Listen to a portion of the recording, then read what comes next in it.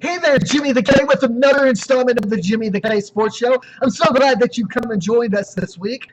We've got just a plethora of topics that we definitely want to get into.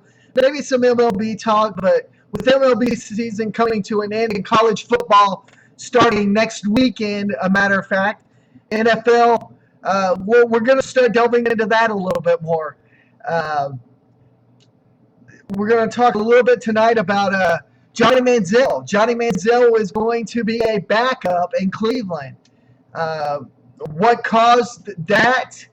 In my opinion, a couple of things caused that. But we'll get to those topics, and I'll give you some of my bold predictions, some of my college football rankings, and how teams are going to fare in the college football world, and we'll go from there. I want to go. I want to go ahead and start with something that we've all known for the last month, that the Cleveland Cavaliers, in a three-team deal, acquired Kevin Love of the Minnesota Timberwolves. What we didn't know for the longest time is that there would be a third team included in the deal.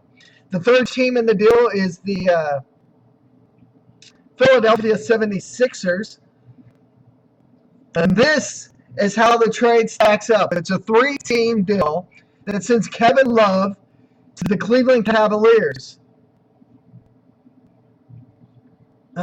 They traded Anthony Bennett, Andrew Wiggins, and those went to the Minnesota Timberwolves. They also sent a protected first-round pick that belonged to Miami to the 76ers, and in return, the Timberwolves dealt forward, I hope I pronounced this right, Luc Mbah a Moute and guard Alexei Shved to Philadelphia for forward Thaddeus Young. The deals are official as of today. Those players will be changing hands as of today. Press conferences, though, with the team will not take place until Tuesday. So with that being said, who comes out in all the big deal? What do I think of these deals and other stuff like that? My personal opinion is I think Cleveland got better. Healthy-wise, they could very well be an NBA Finals favorite, but I'm not going to say that they win it just yet. But I'm going to say something that a lot of people are going to disagree with. I think the Minnesota Timberwolves have gotten way better than what they had been. Kevin Love, good player, goes to Cleveland, could very well win a championship there. I'm not guaranteeing that, but could. But I think Andrew Wiggins winds up being a star in Minnesota. I do. I think he's the Kevin Durant.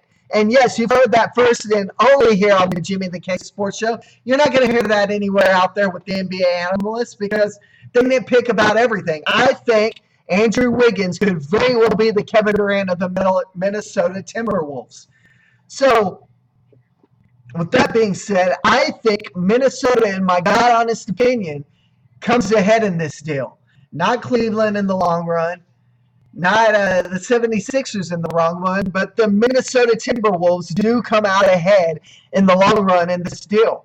Do I think LeBron and Kyrie Irving are going to get better having Kevin Love on that club? Definitely. I think that by all means, the Cleveland Cavaliers could very well win an NBA championship within the next 2 or 3 years. I'm not guaranteeing that, though, because we can't guarantee that. It's all on the health of those players. We saw in Miami, with the health of Dwayne Wade deteriorating, it fell all on the shoulders of LeBron James. Not saying that LeBron James is the only player on that club, but also saying that he had to carry the weight of the Miami Heat because Chris Bosh never showed up and Dwayne Wade was constantly hurt. He had to carry the weight on his shoulders. When that happens, you're going to get weighed down. You're going to want to go somewhere else. Do I think Cleveland can win a championship? Yes. I think within 2 to 3 years they will have a championship in Cleveland. Am I guaranteeing that? No, I'm not. I'm not. I'll definitely have more on the deal next week when we hear a little bit more about what's going on with Cleveland and how LeBron James feels and stuff like that. But until then, we'll delve into other topics. I want to delve into college football. College football starts in exactly 1 week from today. Teams like the Oklahoma Sooners will play Louisiana Tech in Norman. I believe Oklahoma State takes on the clubs. College football starts next week, and it's going to get rowdy and proud around there because the NFL started. Preseason is going along. I have my preseason predictions for the NFC East, where the Cowboys are at. If I'm not mistaken, I'll have to look at it. I believe they're in the NFC East, and we'll make our predictions there. And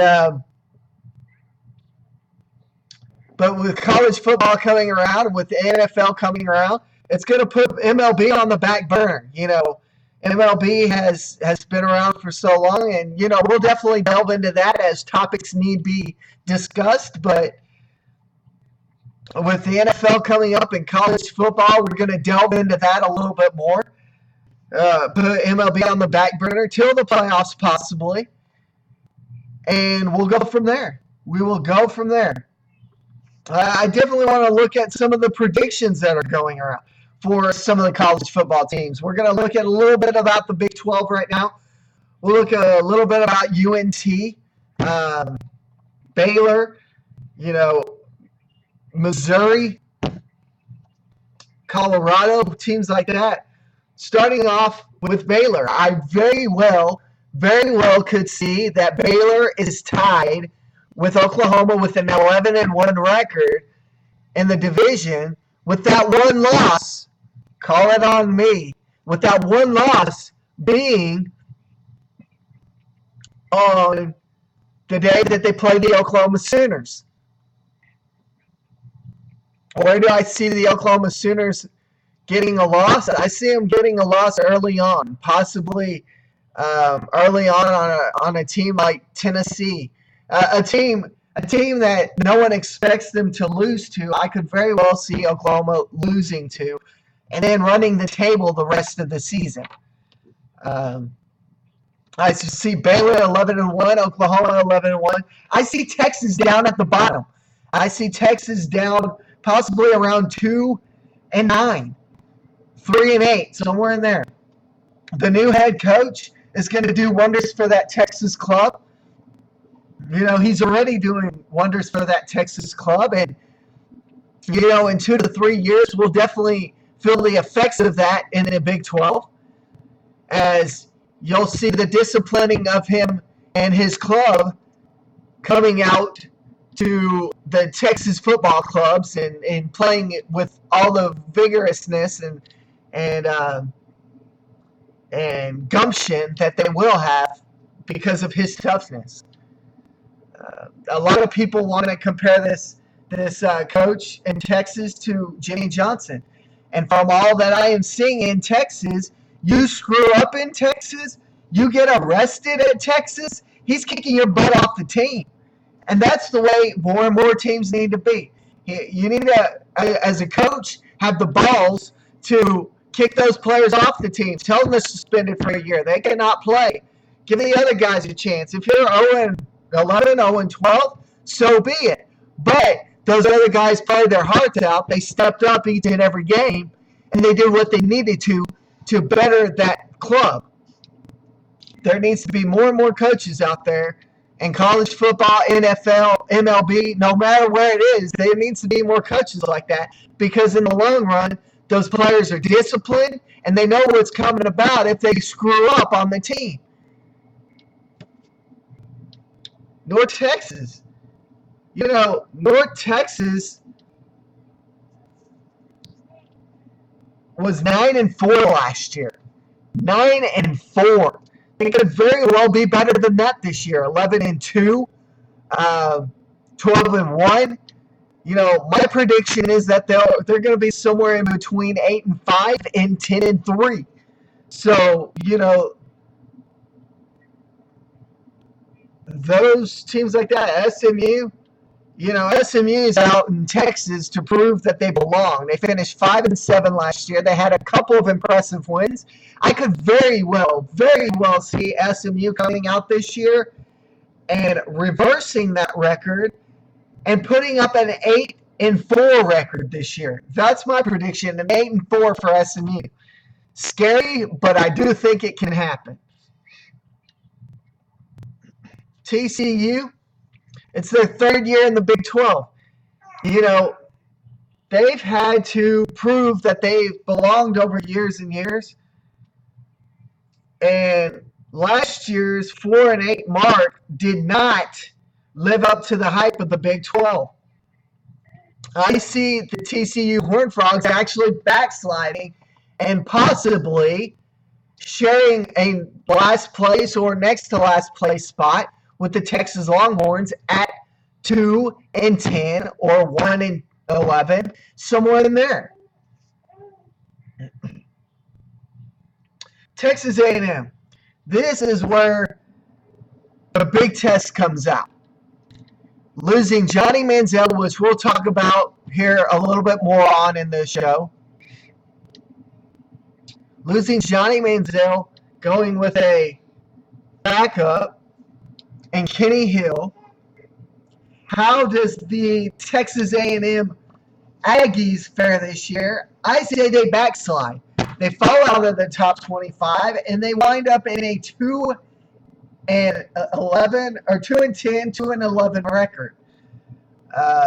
They've got a lot of work cut out for them, and with the SEC getting better this year, teams gaining momentum. Alabama being the team that they've been the last few years. LSU getting better. A&M has a lot of work cut out for them.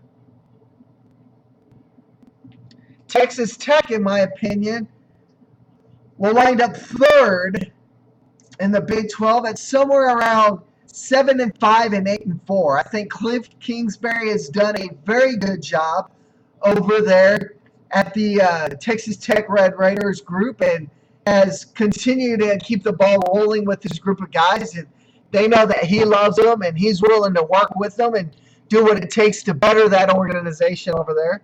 So I see them finishing third, and they could very well finish second. But my prediction is third in the Big 12. With that all being said, I want to delve into former Texas A&M quarterback Johnny Manziel. Johnny Manziel on Monday Night Football of this week, playing the Washington Redskins. The defense was jawing at him. Some players on the Redskins bench was jawing at him. He was walking back to the huddle and flipped the bird to the guys over on the Redskins bench. Yes, he flipped the bird.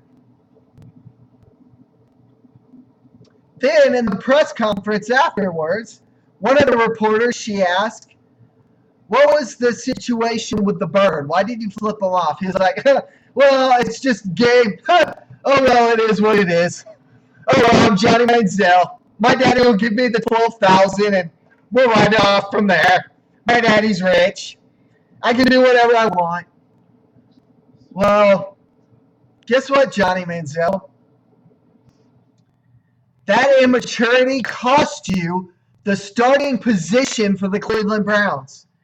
I think everyone in their right mind thought Johnny Manziel could very well be the starting quarterback for the Cleveland Browns, and even in week 2 could have very well been it. He had the one touchdown. He had a good drive at one point. But that bird, despite what the head coach said and his continued late appearances to practice, is what caused him to be a backup. I've said all along, I'm not a Johnny hater. I hope the best for the kid. But my God honest opinion is he will last no longer than 2 years in the NFL. 2 years from now, 3 years from now, he'll be working in the oil fields with his daddy crying that he couldn't make it in the NFL. Why? Because he was out too busy partying, not taking it seriously. And I'm sick and tired of these prima donnas like Johnny Manziel going out there and being immature the way that they are.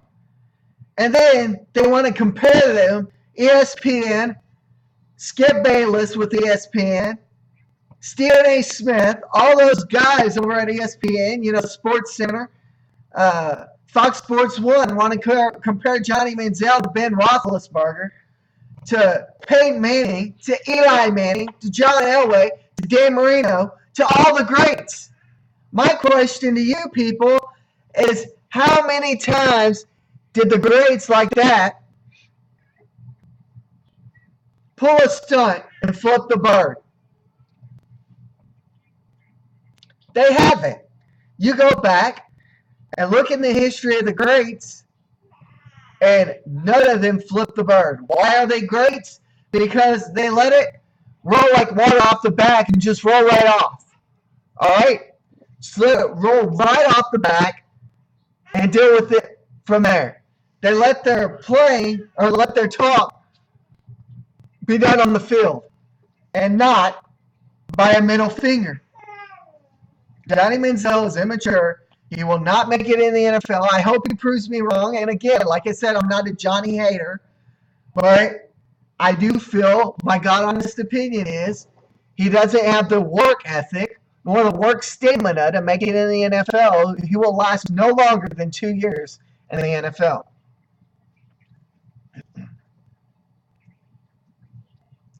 One of the last topics I want to get to is a question that Big E had sent me. Big William Elwood. I wish he would show up and watch my show at least once. No, I'm kidding. I know he's out there and he's watching. He sent us a question and asked what I thought about the Oakland Raiders possibly moving to the San Antonio area. My opinion is there's only about a 20% chance of that happening. The owner of the Oakland Raiders had been approached by San Antonio to possibly have a football team put there in San Antonio. And so he did his due diligence and he's went to San Antonio, talked to them. My prediction is that there's about a 20% chance that they move to San Antonio. The biggest odds is about 25 to 30% that they move to someplace like Sacramento that's still around the California area. So, I don't know very much about that. I do know that they met. My prediction is that they don't move to San Antonio, though. They stay in California and they wind up in Sacramento, or they stay in Oakland. They work out a deal at some point. That's all the topics for tonight. Well, actually, hold on. I did tell you I wanted to go over the NFC East and my predictions for the NFC East. I see the New York Giants finishing first in the NFC East this year. Philadelphia Eagles finishing second. The Dallas Cowboys finishing third. And believe it or not, the Washington Redskins finishing last. It's not that I have anything against Washington. That's all barring on the health of Robert Griffin III.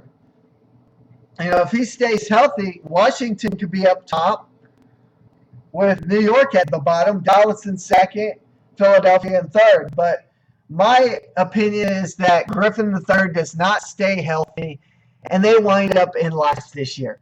That's my opinion. That's my prediction for the NFC East. What are your predictions for your NFL teams? Send them to my email or Facebook. You know how to get in touch with me. You have a question all about Sports Zone, one word, at gmail.com. Or you can follow me at Twitter at JimmyKersey1 and message me through that. Or You can go to Facebook, facebook.com/All About Sports Zone. That's one word, or you in your search engine, look up All About Sports Zone. We're the very first one that pops up at the top. Like us, and you can send us questions that way. Or if you're friends with me, just hit me up through the message boards. I'm Jimmy the K. Until next Saturday, 8 p.m. Central Time, I am Jimmy the K, your host. Until next week, peace out.